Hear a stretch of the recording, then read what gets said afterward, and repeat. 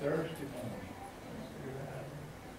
I'd like to thank Billy Nicholson and the George Walton Academy for letting us meet in such a fine, splendid venue as this. And I'm sure it will be a rewarding experience for everyone. First, let me have just a moment for a quick commercial and ask that if any of you who are interested in Walton County and in its past or its future would like to join with our group in the Historical Society, if you will see one of us, Ms. Gail Smith is on the back seat, and she'd be happy to show you how you could become a member and join in with all of the fun and festivities.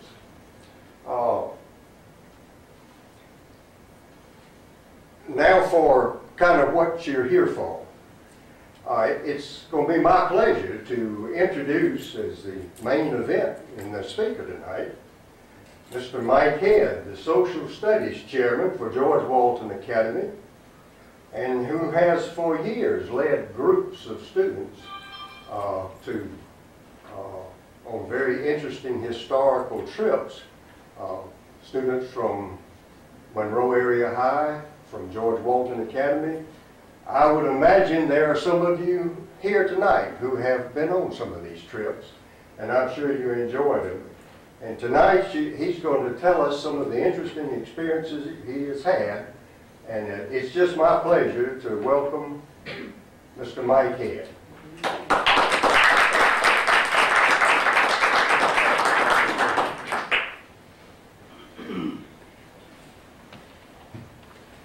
Welcome to George Walton Academy.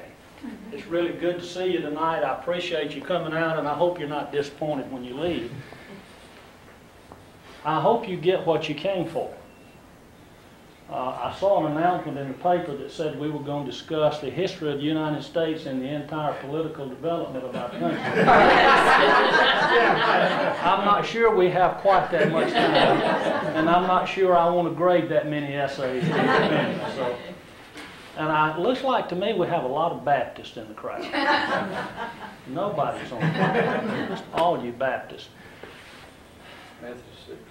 If I could share a couple of things with you before we see a few photographs.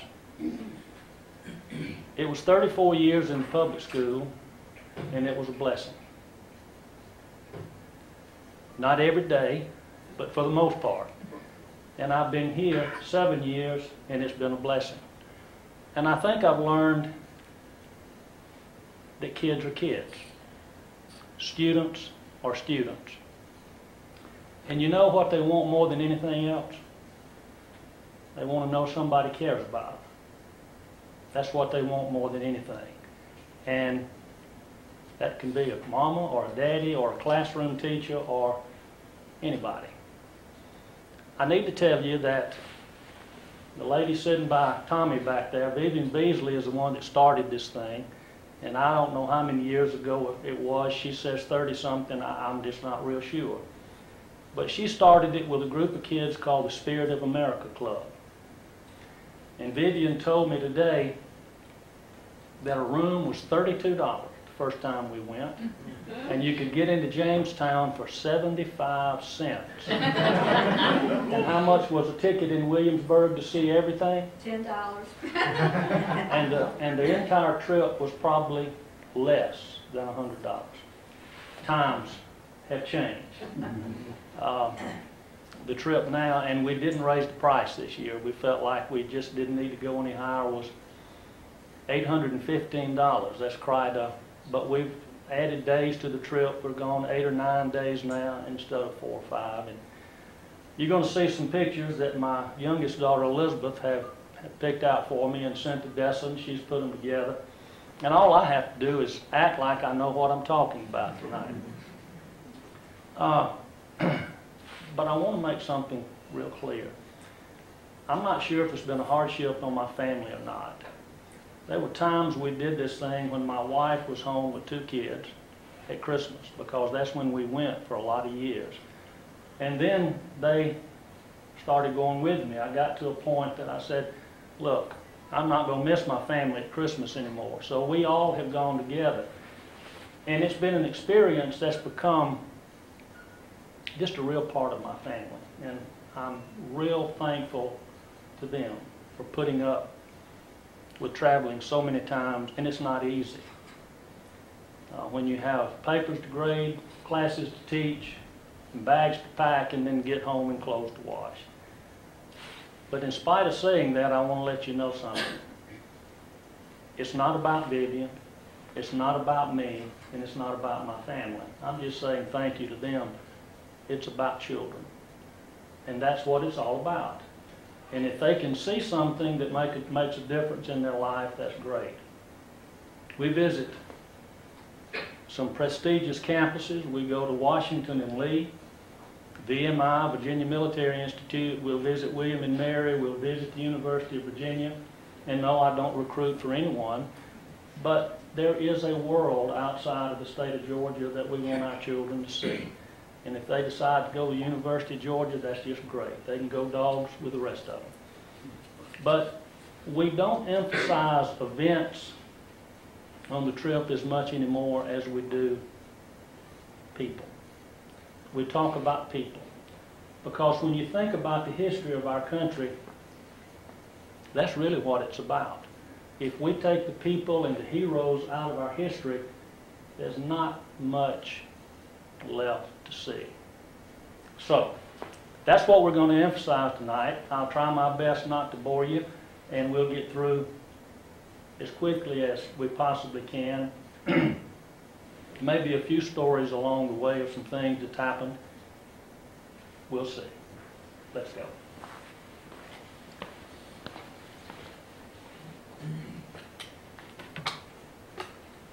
Be patient with me.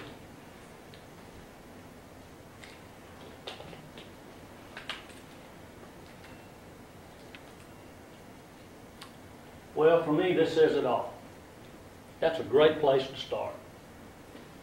We'll start our trip in Lexington, Virginia, on the campus of Washington and Lee, and this is the Lee Chapel. What a great man to talk about. Yeah, he was a general in the Civil War, but that's not what we emphasize. This is a sculpture of Lee inside the Lee Chapel. It's a pretty interesting story about it. When they decided to do the statue, his wife said no. And then they kept going after her until she finally said okay, but it has to be on a cot, asleep. No aggressive posture, no military posture, and it is absolutely amazing. His entire family, his mother, his father, all of his children are buried in the crypt underneath the Lee Chapel. And right outside, of course, his favorite horse, Traveler, is put to rest. We were talking in class the other day. I was practicing on class with my students, and we don't know if Traveler's able to get to the apples or not, but they still put them out there. And you can see the snow on the ground, even though we go in March now, it still is pretty chilly most of the time. This is a shot right outside the Lee Chapel, and in the background you can see what is called the colonnade. That is the original campus. I told my kids fourth period last week, if you can get your SAT score up on the old scale to about 1475 and come up with about $35,000, they'll welcome you with open arms. Interesting though, they still observe the honor code that Lee instilled when he was the president. You probably know that after the Civil War he was penniless, he didn't even own a house. They invited him to be president of Washington College at the time. He instilled an honor code, no locked doors, no secrets, and that still is in use today, I've been told. A good way to get sent home is to be where you're not supposed to be at the wrong time. People. This is on the campus of Virginia Military Institute. This is inside the chapel. It's a wonderful, simply elegant building. This is a painting. And I hope you can see clear enough to see that these are young men who have rifles and they are charging into battle. In 1864, as the Union Army was charging down the pike towards Lexington, General Breckinridge did not have enough troops. And he said, God forgive me, I'm going to have to send to VMI to get the cadets, ranging from 14 to 19 years of age. He hoped to hold them in reserve, but that's not what happened. He sent them into battle, and as fate would have it, they plugged the center of the Confederate lines. 14 of them were killed in battle of, who knows the answer to that? New Market. Well, a trip through Lexington certainly would not be complete without a visit to see Thomas Jonathan Stonewall Jackson. I don't want to leave you with the impression that visiting Lexington has an effect on my family. I have 2 grandsons. One's named Thomas Jonathan and one name's Jackson, and I don't know where in the world that's If you look in the foreground, you can see what looks like tennis balls. There is a myth that Jackson loved lemons. Probably not true, but he did love peaches. Loved peaches. But every time we go to the cemetery to visit with the general, we always see the ground littered with lemons. I have to be careful because when I start, I really say way, way too much. But there's a great story about the dedication of the statue. They invited every single soldier that was still alive they could find to come to Lexington for the unveiling. They found rooms for them in houses and hotels, and when they checked on them that night, they were all gone. They were camped right here in the cemetery to be with their beloved general one more night. That's a great story. It might even be true. This is inside the museum at New Market. The kids that went with us this year, they got to try on the uniforms, and we were hoping to get a rifle or 2, but they wouldn't let us play with those. But it was a really hands-on experience. This is the battlefield at New Market, Virginia. It's an original farm. The Bushong family owned the farm in 1864, and the cadets charged right through the yard of the farm, all the way to the field on the other side. The original house, during the cannonade and the fighting, the family went to the basement. All the doors were ripped off the house because it was used as a field hospital, and the doors were the beds where they cut off the arms and the legs and the hands and the feet. And this is where the cadets charged up this hill. If you look at the top of the hill, you can see some black dots. Those would be cannon. They had just plowed it to put in seed.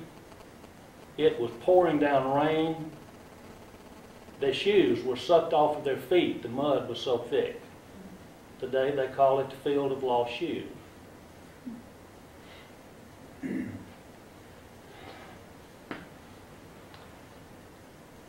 This is the Shenandoah Valley. You know, we want to talk about history. We want to see all kinds of things and talk about historians or figures in history. But we want to expose the kids to the beauty of our country. Isn't that gorgeous? Isn't that absolutely beautiful? And of course, during the war, the Shenandoah Valley was the granary for the Confederate Army. We move on to the University of Virginia. An interesting photograph. If you will look just to the left on the steps, you will see, I think you can make out the letter Z. I would have never known what it was. We stood on those steps a lot of times before our principal at Monroe Area High School, Steve Smith, told me what the Z stood for. It's a fraternity on campus, a very small fraternity, and they do wonderful things for students who have needs, whether they be financial or whatever the needs might be. And many times they don't even know where the help comes from. You got to be in pretty select company to be a member of that fraternity. Here we are on the original campus at the University of Virginia, and we only had about 5 kids to fall on those steps before we finally decided that was not a good place to stand. But I would like to remind you that the University of Virginia was built in 1823, founded by Thomas Jefferson. And we like to put the kids on the campuses if we possibly can. They look pretty happy right there. I think they're just eating. And we're looking here across the original campus at the English building. And now we'll look from the English building back up. And I'd like for you to notice the wings on either side of the photograph. Those would have been administrative buildings in the 1820s and for a long time. Today, to me, they're more special now than they were then. If you accomplish something of great honor, you bring honor to the University of Virginia, you may live here. And for years and years and years, we've seen the cords of firewood stacked outside of the doors that they have to use to keep warm during the wintertime. It's kind of a miracle to me that somebody hadn't burned something down. Some of you people who are, well, we won't talk about age tonight. You might remember Ralph Sampson, the All-American basketball player. He lived here.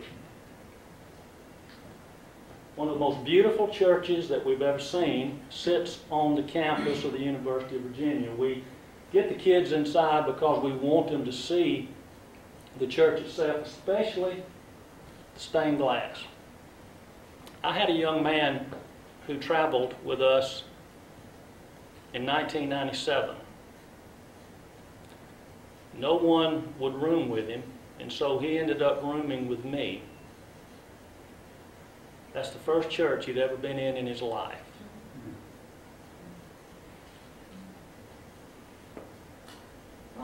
Monticello, and we're giving you the shot that's on the nickel. Unbelievable building. Did you know that Jefferson built it and tore it down? Then built it, tore the top off again, rebuilt the top.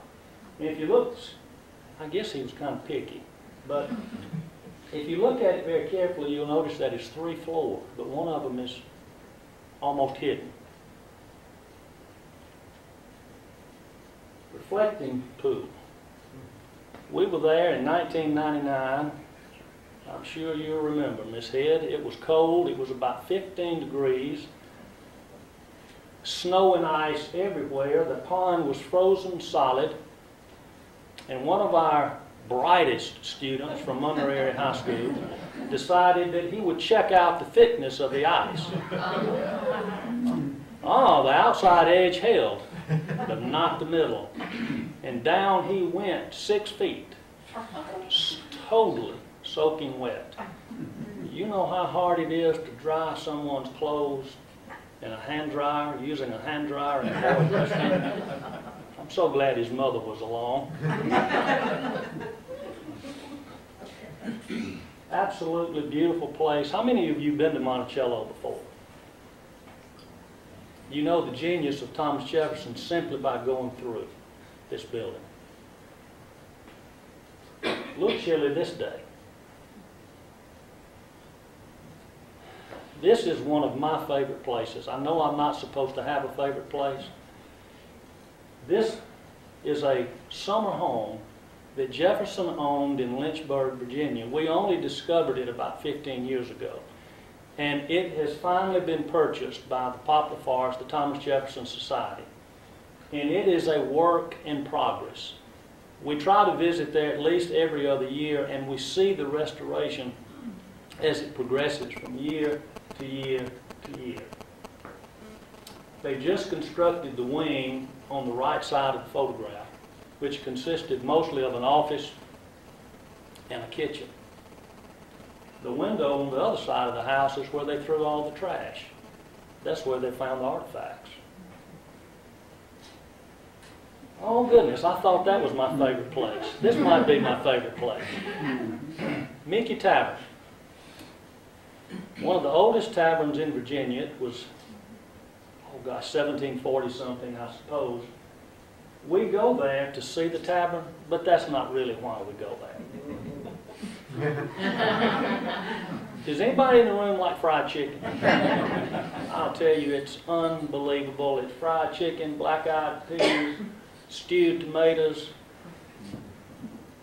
My daddy called them cat head biscuits. I'll probably get lectured tonight when I get home for saying that, but mashed potatoes, gravy, and it's all you want. And then there's the apple pie with the ice cream on top.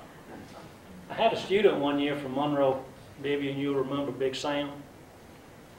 He only ate 12 chicken breasts that night. And our motor coach operator went by his table on his way out and said, "Sam, looks like a dinosaur graveyard, son." Anybody know what this photograph is?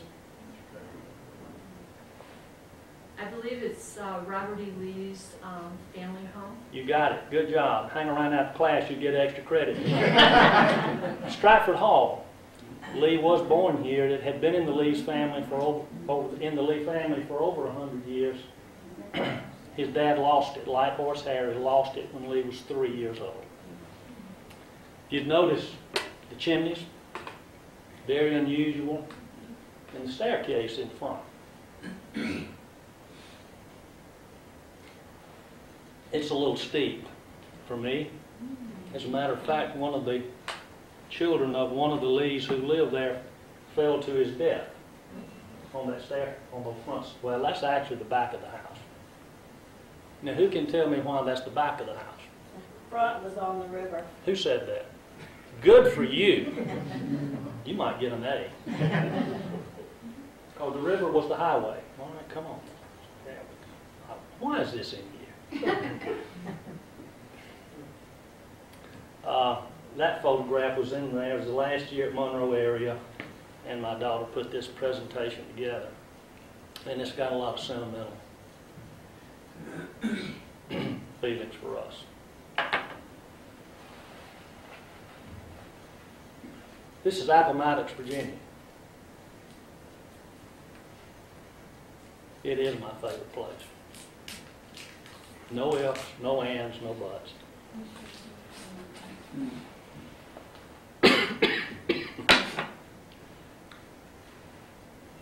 Just up from the surrender site, there's a small graveyard. We couldn't help but notice the first year we took students there.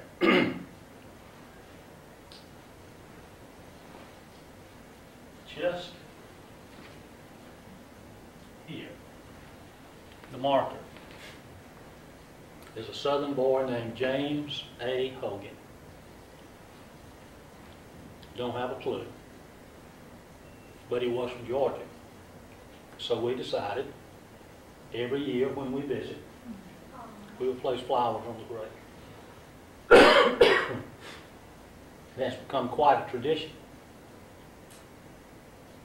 But it's special to us for several reasons.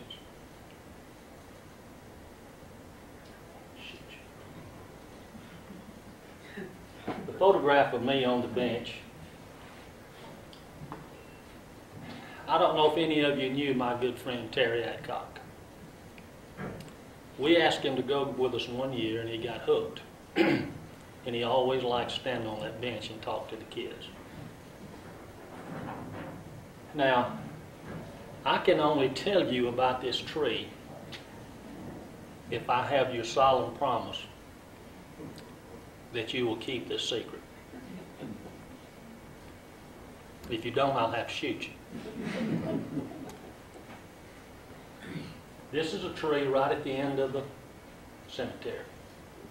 And you'll see we have attached a couple things to the tree. No, I didn't give permission. Their names on that. Names like Judge Dan Pierce, Terry Adcock, Bonnie Maddox, who was a coach that we worked with in the Monroe area.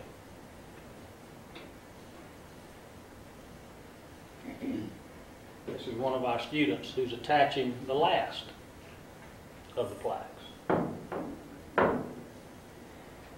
The whole trip is about people. One of the first things I ask my students the first week of school is, who is your hero?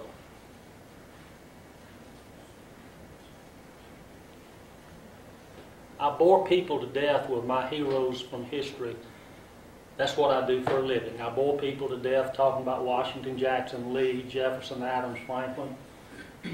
And we need to realize that they are modern day heroes as well. Joseph Pelton, whose name is in the tree now, and that was the name going up, graduated from Monterey High School.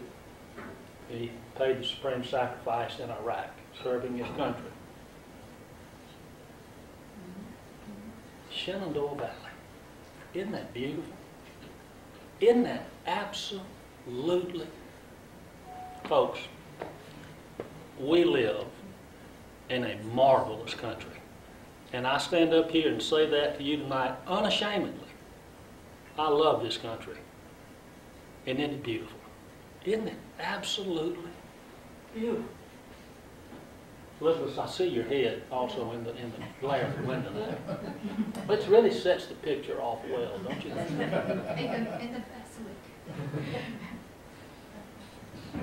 I think I might have said this before, but don't we live in a beautiful country? We do the best we can to get to the James River, coming from Lexington to Williamsburg. We want to get that sunset. This was one of the fortunate times when we get there. Can you believe the number of young people who've never been on a ferry? And they get out, they walk around the ferry.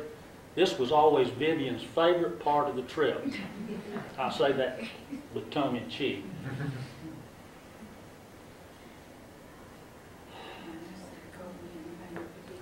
My daughter put this in because she wanted to try to make me cry. I know why she put it in. 2 years ago, we decided to do a day trip to D.C. I hadn't been to D.C. since 1974. And I'm trying to round the kids up. I'm trying to hustle them along. And I walk up on this, the Korean Memorial. Do you know, we are so fortunate that so many men and women have made it possible for us to live in this country and complain as much as we do.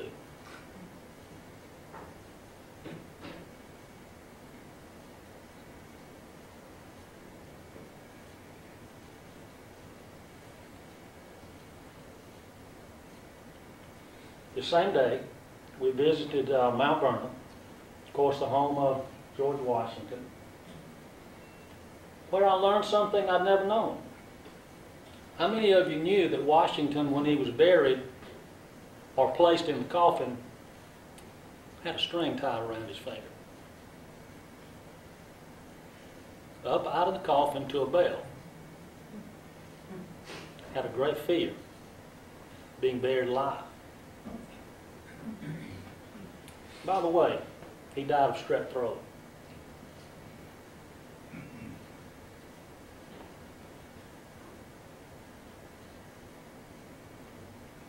On his deathbed, they called the doctors and they said, "We got to bleed that man."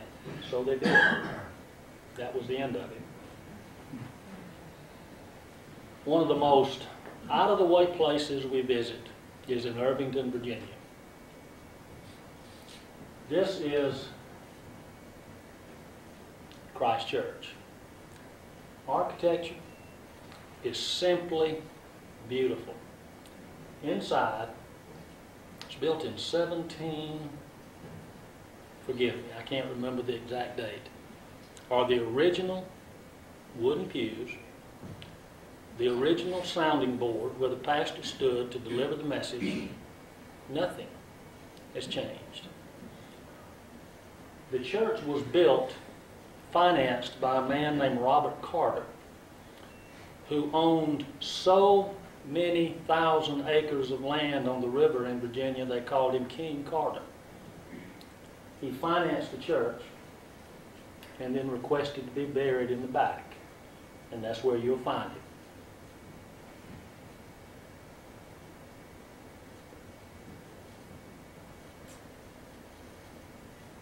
all the children we take are special for one reason or another. I'll let you deal with that the best way you'd like to. But this was a great group last year. They gave us not 1 minute's trouble. That's not always the case. And they showed them how to make bricks. That was a great experience for the kids last year, how to take the form and make the brick and pack it in and bounce it out and cook it.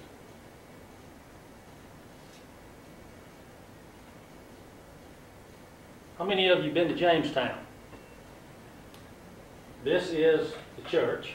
The church has been rebuilt, but the tower dates back, Vivian, I'm sorry, I can't remember, 1690, something like that. It dates back a long time. It's a special, special place. Folks, that's where we began. May 13th, 1607.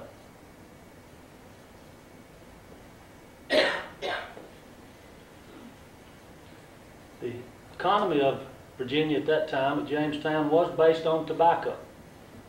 You can see from the ruins that they did pretty well selling tobacco then.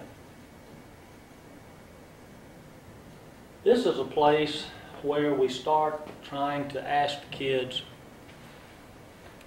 to get them to think about who they are, where they came from, where they're going, what they want to do with their lives, what they want to become. And it seems like the place of beginnings to start thinking about that is in Jamestown.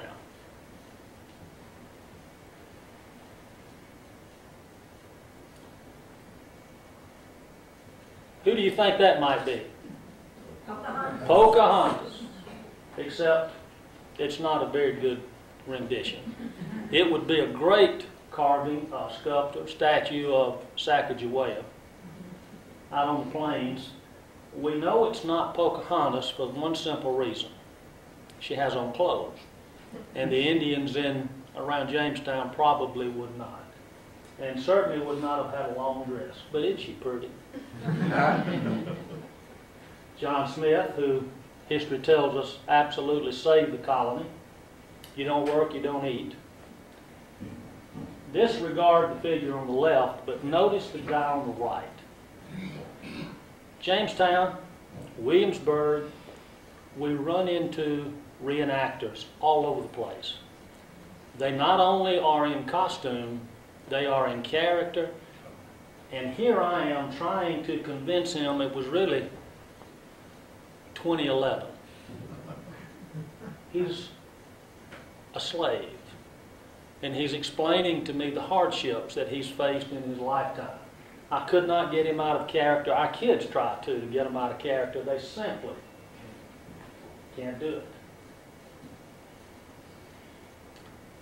I told my wife when I retired from teaching I'd like to go to Williamsburg and do that. She said, I hope you'll be happy. It's not true. Shirley Plantation, oldest plantation in Virginia, dates back to the 1660s. The same family has owned this plantation since it was built.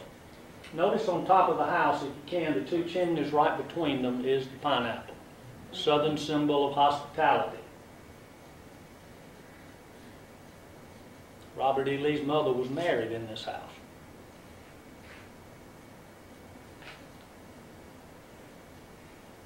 Duke of Gloucester Street, Williamsburg, Virginia. Some of you have seen it. It's a great shot, taken right out of the window of the house of Burgesses, right down the street.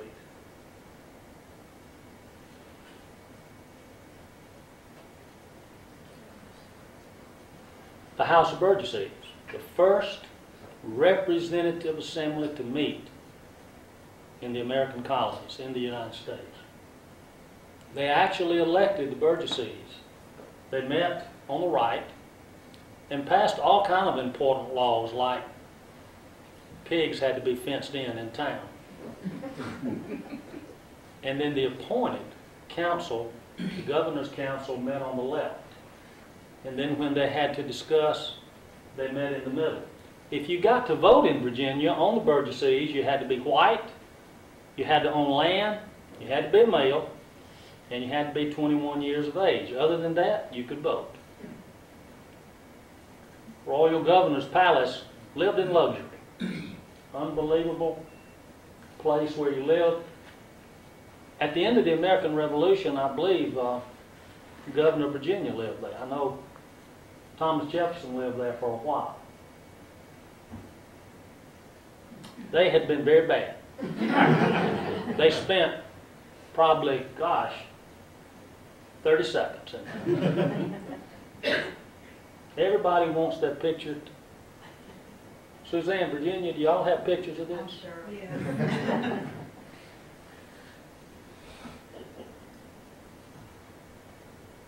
Ron's just not getting in. He's just not getting in the mood with his feet on the ground like that.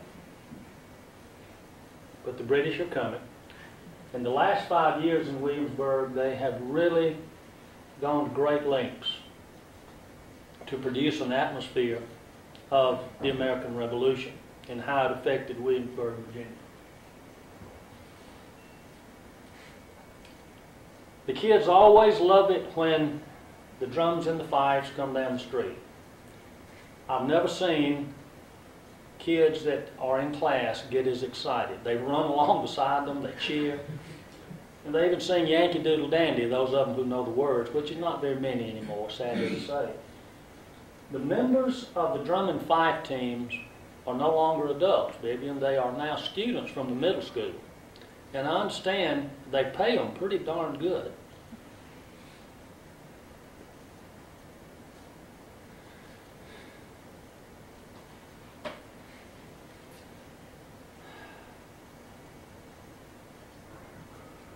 Any of you see the movie The Patriot? Remember the bad guy that tried to kill the swamp fox at the end? His real name was Bannister Tarleton. That's him on the left. Bannister. Bannister.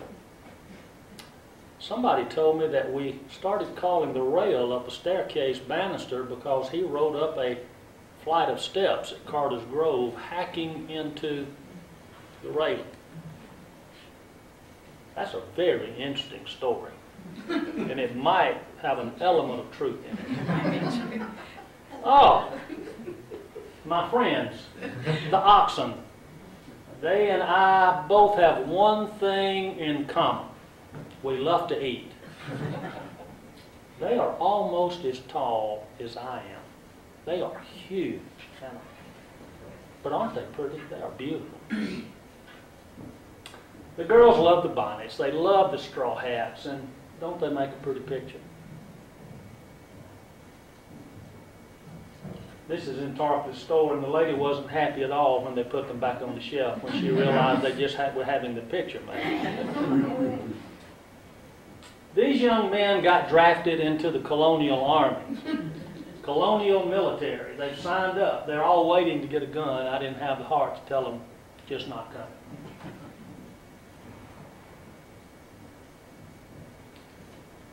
What is this, Elizabeth? It's a game. It's a colonial game. It is a colonial game. I'm sorry, I don't remember the name of it. This is Stump the Father. Stop the phone. I think there's a ring at the bottom of the picture down here. He was outside of the courthouse and taught the kids how to play it. They got out there and played it while we were waiting to go in for the reenactment in the courthouse.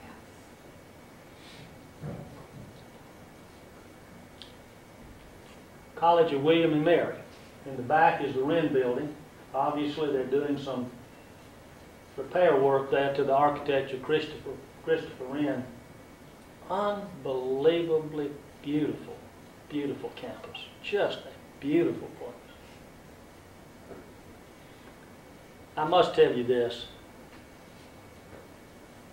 Linda, it's been about 4 or 5 years ago. We were on campus at the University of Virginia, and we'd seen it, and kids were just, their mouths were hanging open.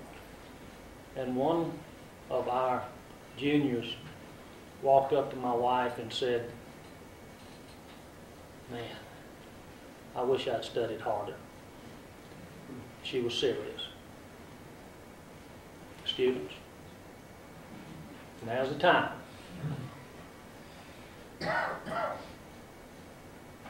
House of Burgesses, maybe. You think Thomas Jefferson's no longer alive. You think he's gone on. Oh, you couldn't be further from the truth. He's right here on the left. He's getting ready to read a portion of the Declaration of Independence. Thomas Jefferson, my friends, alive and well, living in the land of dreams.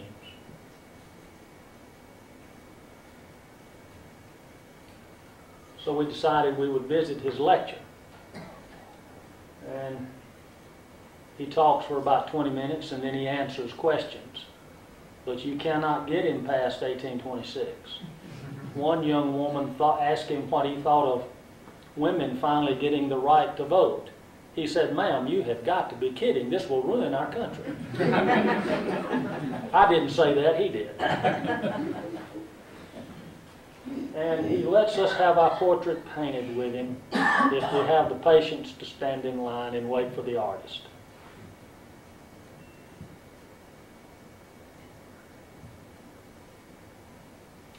Coffee. Anyone? Newly constructed Charlton coffee house. Apparently they found out that coffee houses were quite popular in colonial America.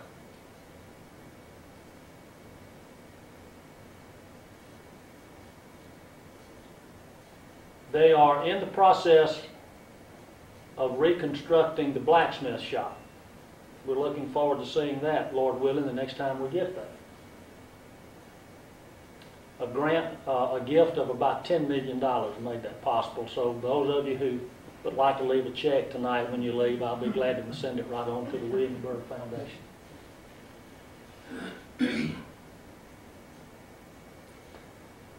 Dress up night.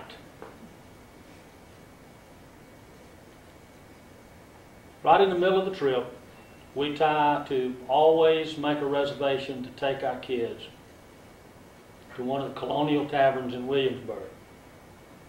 I'll never forget the first time.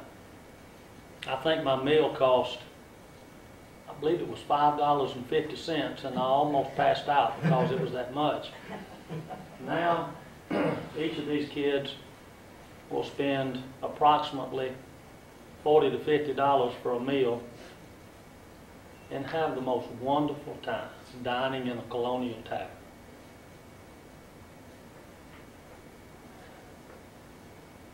Do you realize that we've actually carried kids to Virginia who've never been out of Georgia? It's amazing to think. This is where we'll dine this year. Shields Tavern. Gratuity is 18%. Vivian's already said she'll pay that. And that's where we've dined for the last 2 years.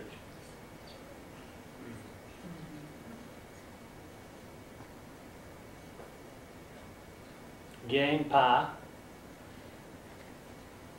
barnyard chicken, oysters, Welsh rabbit. I haven't had dinner. I better hush. This is my friend, Tae Kim. He is not a bus driver. He is a motor coach operator technician. And he is the best one you will ever ride with, I promise you. He can put a bus where you can't put a Volkswagen. And this is the last stop before we come home. We take them here to Mama Steve's, fill them up with pancakes, sausage, eggs, grits, bacon, you name it. Put them on the bus, hope and pray that they don't throw up, and drive back to Monroe, Georgia.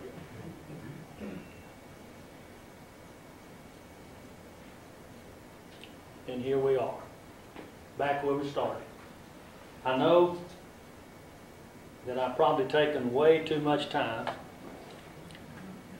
If anybody has anything you'd like to ask about the trip, I'll be glad to try and answer it.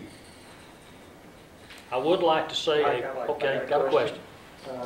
It looks like you've taken those kids to a number of historic churches. I wonder if you've ever taken them to Petersburg, to Blandford. Have Church. not. And I'm sure you've been there. Have not carried the kids there. That's a hidden gem in the United States. It's unbelievable. I would like to say a special thank you to the Historical Society. The last 2 years, they've made it possible for one of our kids to go who wouldn't have been able to go otherwise.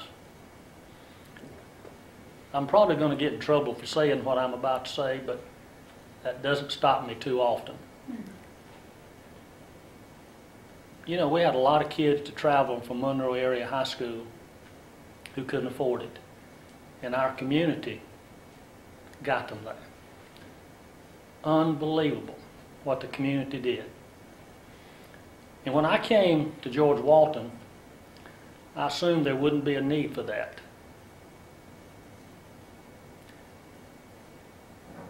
Was I ever wrong? When I stand on duty in the morning, that's one of the favorite things I do, if it's not raining. Wouldn't believe the parents that come through when they were kids I taught. I'm teaching their children now, but some of them are working, both parents are working 2 jobs to make it possible. And those of you who have children, I see a head nodding. I just want to let you know that people are people, kids are kids, students are students, everywhere you go. Public school, what a blessing it was for me, and I'll be grateful to Billy Nicholson for a long time for giving me a job when I no longer had a job there. I hope I haven't bored you to death. I've had a good time going down memory lane, and we're going to do this at least one more time. Oh, Steve Brown.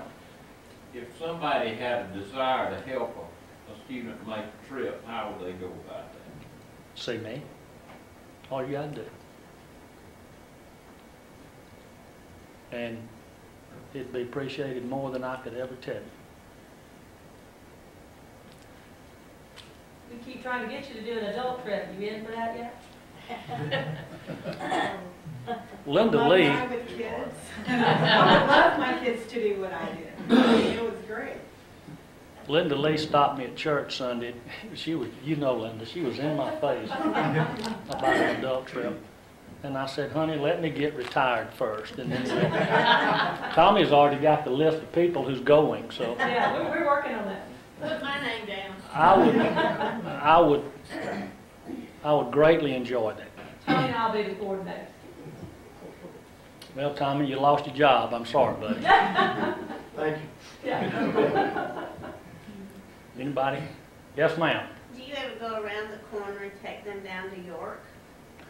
You know, we have a limited amount of time, and there are a lot of things we'd love to do, and we just can't do it all. I've been to Yorktown, and I just haven't chosen to take them there. I'll leave that right there. You going to Washington this next year? No, sir. No, sir. That was probably a mistake. It was worth the effort to get there, but it's about a 2-hour drive from Williamsburg, and then we toured all day long right in the middle of our trip, and then a 2-hour drive to get back, and we had to get dinner. And the next day, the kids were, not to mention how tired the adults were, but the kids were pretty much worn out, and we still had a couple of days left to tour. So You'll never see a better memorial than the World War II Memorial in Washington. we've seen that, and it's absolutely fantastic. It is wonderful. When we were there 2 years ago, they had the funeral. They were having the funeral of the last World War I veteran, as a matter of fact. Tommy, he forgot all about us. He went to the funeral. I was there with the 7th grade that year. We got to pass by the body underneath the... And we Yes. passed each other on the Yes, we street. did.